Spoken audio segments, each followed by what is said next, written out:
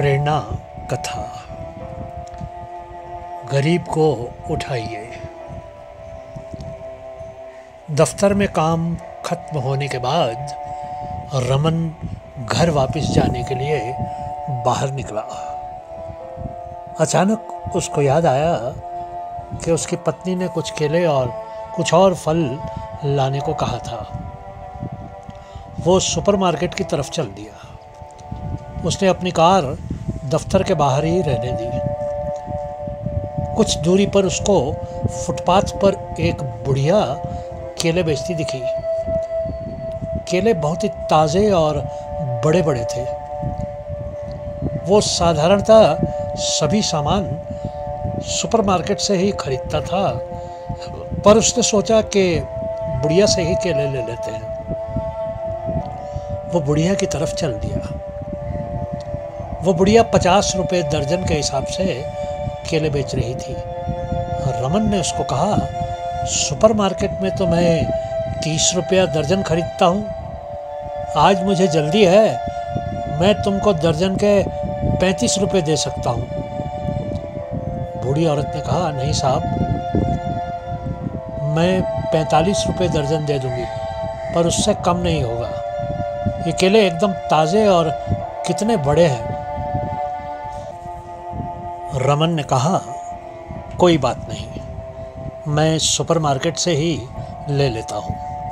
वो सुपरमार्केट की तरफ चल दिया। जब वो अंदर गया और केलों का मूल्य देखा तो उसका दिमाग चकरा गया। सुपरमार्केट में उस दिन केले 60 रुपये प्रति दर्जन थे और वो थे भी बहुत छोटे छोटे। उसने जाकर मैनेजर से बात की और कहा, मैं रोज़ केले ले जाता हूँ और मूल्य 30 से 35 रुपये दर्जन ही होता था। आज तो केले 60 रुपये दर्जन है, ऐसा क्यों है? मैनेजर ने कहा, हमारे मूल्य निर्धारित होते हैं और हम इससे नीचे नहीं बेच सकते। आज केलों का मूल्य 60 रुपये दर्जन ही है। रमन ने कहा, मैं तो आपका बहुत ही पुराना ग्राहक हूँ। मैनेजर ने कहा, सर, हमारे तो हज़ारों ग्राहक हैं, सभी हमारे लिए एक समान है, हम मोल तोल नहीं करते।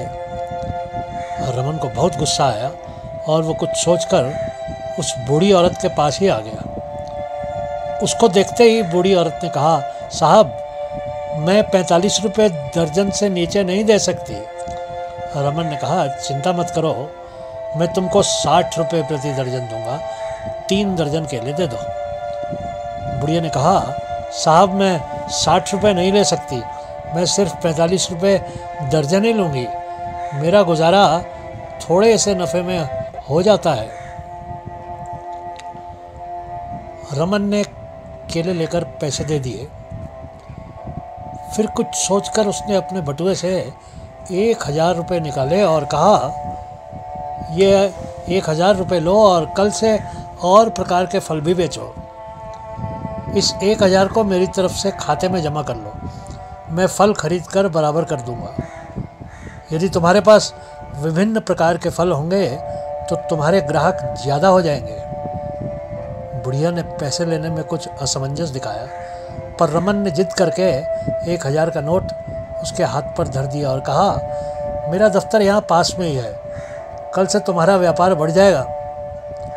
मेरे दोस्त भी तुमसे ही फल खरीदेंगे। बुढ़िया ने खुश होते हुए रमन को आशीर्वाद दिया और पैसे स्वीकार लिए, पर उसने कहा, मैं ये पैसे जल्दी ही चुकता कर दूंगी। अगली सुबह रमन जब दफ्तर जा रहा था तो उसने देखा कि बुढ़िया की दुकान पर बहुत प्रकार के फल रखे हुए थे।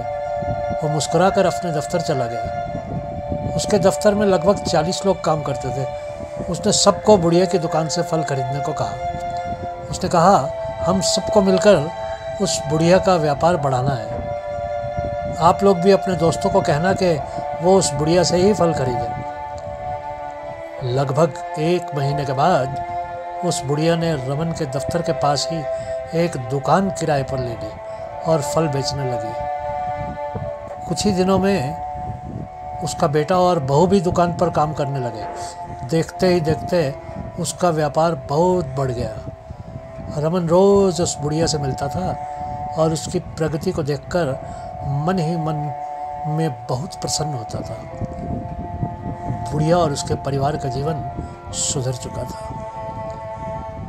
मित्रों, बड़े सुपरमार्केट और मॉल इत्यादि में हम जब भी जाते हैं हज़ारों रुपए का सामान बिना मोल तोल किए खरीद लेते हैं। कई चीज़ों के मूल्य बाहर की छोटी दुकानों से बहुत अधिक होते हैं, पर हम ध्यान नहीं देते और चुपचाप पैसे देकर सामान ले लेते हैं। पर छोटे छोटे दुकानदारों या फुटपाथ पर सामान बेचने वाले लोगों से हम खूब मोल तोल करते हैं। वो बेचारे तो दिन भर मेहनत करके कुछ ही रुपए कमाते हैं। मेरे विचार से छोटी दुकानों से सामान खरीदने से हमारी इज्जत में कोई कमी नहीं आती है। हम यदि छोटी छोटी दुकानों से सामान खरीदना शुरू कर देंगे तो उनके जीवन में भी कुछ सुधार आ जाएगा। आपने कभी सोचा है कि आप छोटे छोटे दुकानदारों से तो मोल तोल करते हैं, पर बड़ी बड़ी सुपरमार्केट में हज़ारों के बिल चुपचाप दे देते हैं। ध्यान से सोचिएगा। मेरा पूरा विश्वास है कि आपके आसपास भी कोई बुढ़िया या बूढ़ा व्यक्ति होगा सड़क पर सामान बेचते हुए। हो सके तो उनके जीवन को सुधारने का प्रयास करिएगा। आपका बहुत बहुत धन्यवाद।